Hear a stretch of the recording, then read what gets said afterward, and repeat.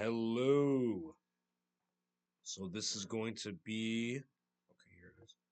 This is going to be my composite pattern presentation for CIS 476. And my name is Arthur Ashekyan, and welcome to whoever's watching this. Um, Most likely, probably. I'm gonna put it on private, so not that many people are gonna watch it anyway. But that's besides the point. Welcome to my presentation. Okay, so here we go. So the intent. So the definition is that the composite pattern composes objects into tree structures to represent part-whole hierarchies. It also lets clients treat individual objects and compositions of objects uniformly.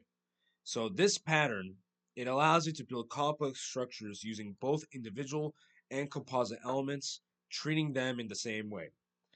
This is ideal for cases where there is a need to create a hierarchy or nested grouping of objects. And examples are like graphical editors, file systems, which we'll talk a little bit more about when we go through the presentation. So motivation. So the problem when building applications like graphics editors, users create complex structures from simple components. An example is that in a graphics editor, users can combine simple shapes like lines, text, and rectangles into complex diagrams. Without the pattern, the application needs different code to handle individual components and groups of components, leading to complex and redundant code. So the solution with this pattern. So this pattern solves this by defining an abstract class, such as graphic, that represents both primitives and composite objects. Clients can now interact with individual objects and compositions in a uniform way, simplifying code that manages complex structures. The composite pattern also allows users to treat both individual and composite objects the same way. So there are four big things in this pattern. So one's the component interface. It defines operations for both primitive, one of them being the leaf class, and composite objects. The leaf class implements base functionality without child management. Um, the composite class manages children and delegates operations to them. And finally, the client interacts with the component interface without need to distinguish between leaf and composite. So applicability. When can we use this pattern? So one of them could be for part-whole hierarchies. So you can use the pattern when you need to represent hierarchical structures of objects. An example is that in a file system, folders can contain both files and subfolders, representing a recursive part-whole hierarchy. Uh, there's also using it for uniform treatment of objects, and that's when clients need to treat individual objects and compositions of objects in the same way. An example is that in a GUI toolkit, both simple elements like buttons and complex containers, like panels containing multiple elements, should be interactable in the same way. So, like I mentioned a little bit earlier, the examples are like for file systems, graphic editors, and UI components, which we'll talk more about in like another slide, which is around the end of the presentation. And we're gonna be talking a little bit about the benefits and like the disadvantages stuff too. But I guess to make it a little short as like a little bit of a preview, it simplifies client code and it enhances flexibility when you use this pattern. So participants of the pattern. So to go more in depth, so the class, it defines the interface for both objects in the composition. Declares common operations like add, remove, and display to manage and perform actions on the children classes. This can provide default implementations for operations if needed that will be overridden by specific subclasses. So the leaf class, it represents individual non-composite objects in the composition. Implements operations defined in component, but does not support child management.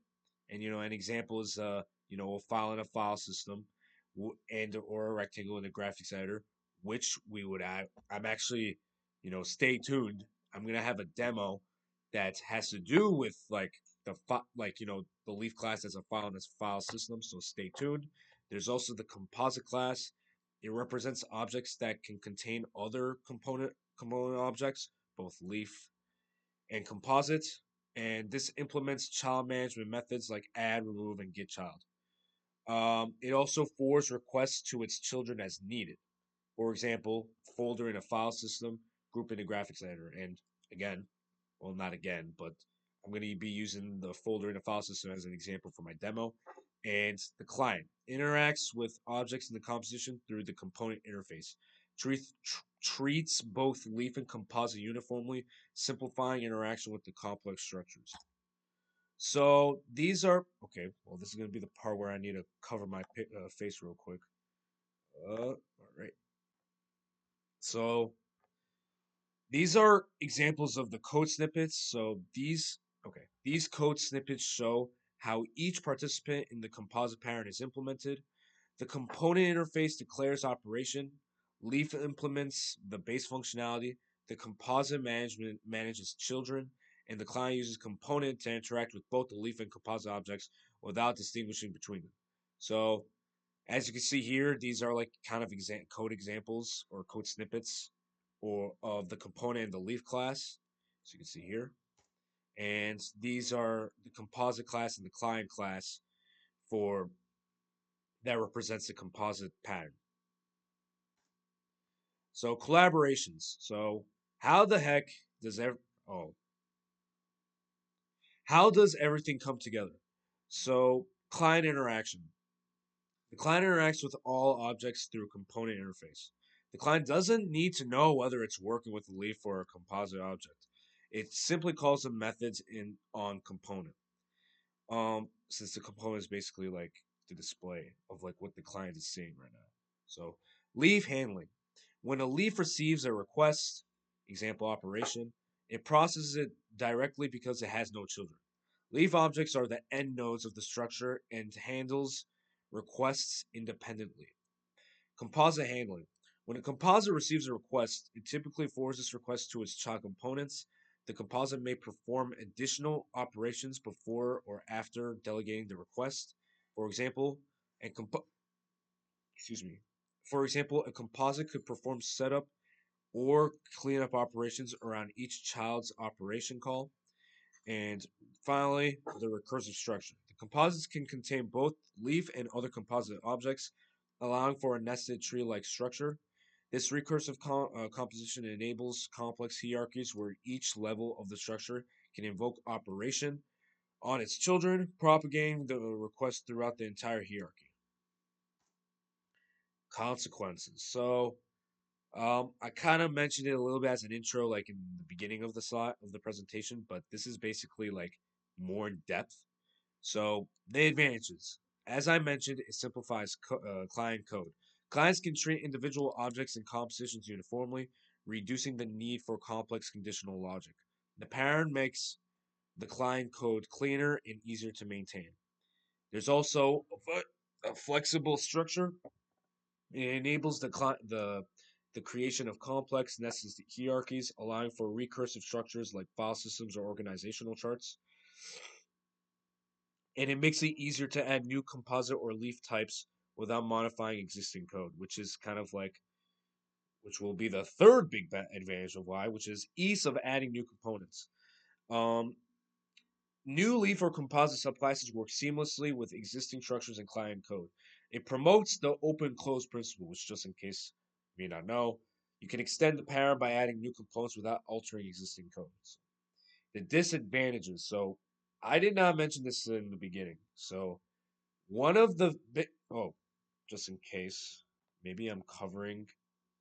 Oh, this whole. I'll just, but I guess I'll cover it because one of the big things for one of the big disadvantages is that it can lead to overly general design. So, okay, now let me turn it. Oh, it's already turned off. Okay. So, it can lead to overly general design. So, the pattern is very flexible. This can make it harder to enforce specific rules about which components are allowed within a composite. For example, there may be situations where certain types of components should not be combined, which may require additional runtime checks. And there's also, which is what I put an image of like an arrow, but like it's all squiggly and all that stuff, and then it goes back straight. Potential for increased complexity. So, managing recursive structures and child parent relationships can increase code complexity, especially in large or deep hierarchies. Requires careful and possibly additional overhead to manage relationships and interactions. So, now let me turn this on. But yeah, those are the big advantages and disadvantages of the pattern. So implementation considerations. So one of them are pair references. So adding a reference to the parent in each child component can simplify navigation and management into the composite structure. Use case. Useful for upward traversal, deletion, or notifying parents when changes occur in child components. So child management. So there's like two options to this, which I'll mention like when I show the code examples. So one option is define, add, and remove in the component for for a uniform interface. This allows treating all components the same way, but it could lead to runtime errors if a leaf tries to add children. And in that case, maybe you would rather, maybe you would want to use the other option, which is to define, add, and remove only in composite for better safety. Only in composite for better safety, preventing child management in leaf classes. So there's also child ordering. So when child ordering matters, examples in graphics applications for rendering order. Choose data structures that support sequence and ordering. A recommendation is to use an order collection like a list and consider the iterator pattern for easy navigation through children. And the last thing is catching and performance. In large structures, catching results, examples like bounding boxes and graphics, can improve performance by avoiding repeated calculations. The best practice, invalidate the catch when child components are modified. This requires careful management, often best implemented when components have a parent reference. Sorry. So these are like examples. So the one on the left is the parent references example, and on the other side is the child management example for option one, which is for the uniform interface. And this is like the other two, and one of them is for the child management example. For option two, which is just composite, and the catching example. And this is the catching example. Sorry, and this is the catching example of what of when you could use it for the pattern. So known uses. So I already got a little like I also gave this like an intro, but this is like a little more in depth. So file systems. The composite pattern is widely used in file systems to represent directories directories such as folders and files. Example: operating system file managers such as Windows Explorer or Mac OS Finder treat folders and files as hierarchical structures where folders can contain files or other folders. This is also known, like the pattern is also used for graphic editors, used in applications like Adobe Illustrator or Photoshop. Shapes like such as lines and circles are treated as individual elements, while groups of shapes form composite objects which can enable complex graphics made up of nested and grouped elements.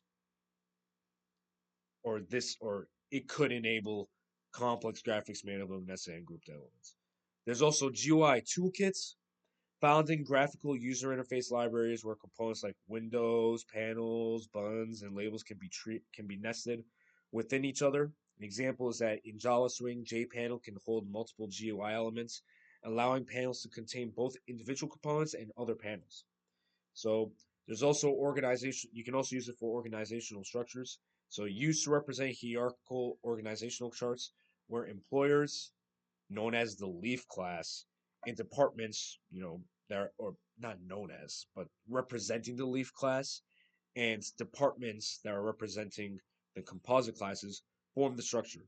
Example: a company's organization chart can contain departments with subdepartments and individual employees, allowing uniform handling of each level.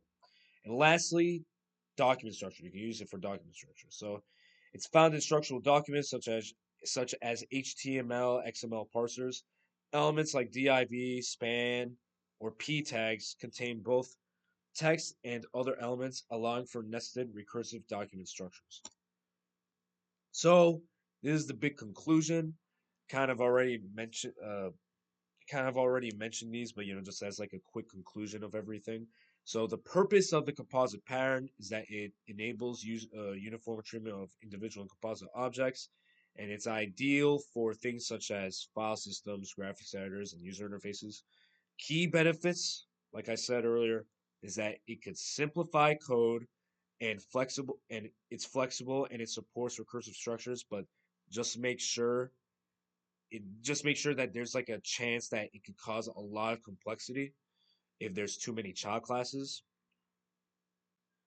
and that sometimes something that's it could be a little too flexible. So you gotta like watch out for those. But the ideal times to use the composite pattern, uh, yeah, sorry, the ideal time to use the composite pattern is when representing part whole hierarchies, and when clients need a way to treat both composites and leaves uniformly. And like I mentioned earlier, it's used for graphic applications, GUI components, and organizing file systems and organizational charts. And the big thing, the final thought, is that the composite pattern, is a valuable structural pattern that simplifies complex, nested structures, enabling modular, maintainable, and scalable code. And these are my references. Mainly, I use the book that we use for class, so that's basically what I use along with the other resources. And this concludes my presentation. But as mentioned earlier, I do have a demo. I made some code to represent an example of what this composite pattern could be used for. So this is it. So I'm about to trash this for now. So this is basically my composite pattern example code where uh, the file system component is known as the component interface. Like I mentioned before, the file class is like representing a leaf class. The folder is is like expressed as a composite class, and then finally we have the client code. So let's run this,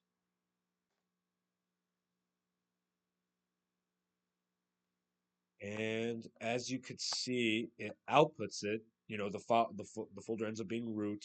The file ends up being the document1.txt. The folder on top of that ends up being the documents. The file ends up being photo.jpg, the folder media, and then the file video mp.mp4. So I do have a bit more to say for this. That was just like a really quick thing to just like saying the obvious stuff of like what the code has in it, but I do have like a more in-depth explanation of everything. I just kind of wrote it down, but this demo models a file system using the composite pattern, allowing the file class and the folder, or sorry, the file and folder objects to be handled uniformly. So just like as like a little bit of a quick thing, the file system component, the base component for both uh, the file class, and the folder class, the leaf, known as the leaf class and the composite class in this example. Um, it's the file the For the file, it's like a leaf that represents individual items in the hierarchy. In the folder class, it's a composite that contains other file system component objects, allowing nested structures. So first we'll talk about the component interface. So the file system component defines the display method for all components, and you could optionally add and remove methods which only the folder class uses. So then here's the leaf class. So this implements the display method to print its name with indentation. And like I mentioned, like of what like the leaf class cannot do, that I mentioned in the presentation, is that in this, it does not implement or remove or remove anything since it has no children classes. So and then there's also the composite class or the folder class, which is it representing the composite class. So it manages a list of file system component objects as children. It implements add and remove to manage child components. The display method recursively calls display on each child, printing the entire structure with proper indentation. So those are for the classes, and now we're going to be talking about the client code that I made. This is client code. So for the client code, there's the objects. It defines the objects file one, two, file one, file two, file three, and folder objects, root folder, subfolder one, and subfolder two. It adds files to the hierarchy to create a nested structure where folders contain both files and other folders. Both, did I say folders again? Both files and other folders. And it calls display on root folder, which outputs the entire file system, showing how folders and files are organized. So the key takeaways of this code as a whole is that one, uniform treatment. It expresses uniform treatment. Client code treats file and folder classes uniformly as a file system component. Objects demonstrating the parent's flexibility. So this is like where the flexibility comes on, and the recursive structure. And the recursive structure display method in the folder class allows of hierarchical structures with unlimited nesting levels. Now, again, it shouldn't make everything too complex, but in theory, you can do that. So, and that concludes um, my presentation. So, I hope you guys enjoyed it. Whoever watches this, I hope everyone enjoyed it. Whoever watches this, so um, hope everyone has a good day whenever they watch this recording, and thank you for letting me present. So, this is what the composite parent was all about. Thank you for giving me this opportunity.